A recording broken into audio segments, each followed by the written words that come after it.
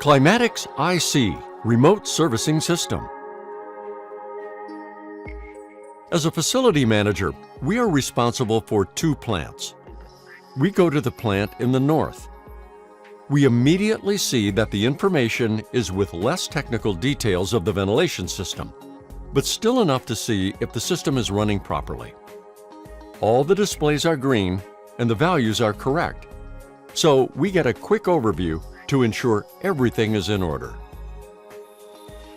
Often, system time schedulers are not set correctly, and the systems run continuous operation.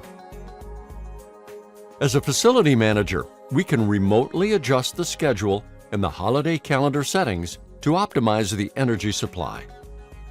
If needed, we can create personalized dashboards with individual charts and bar charts. We can use the graphics here and simply drag and drop to insert them into the charts. This gives us a personalized dashboard, which we can send to various users for further use.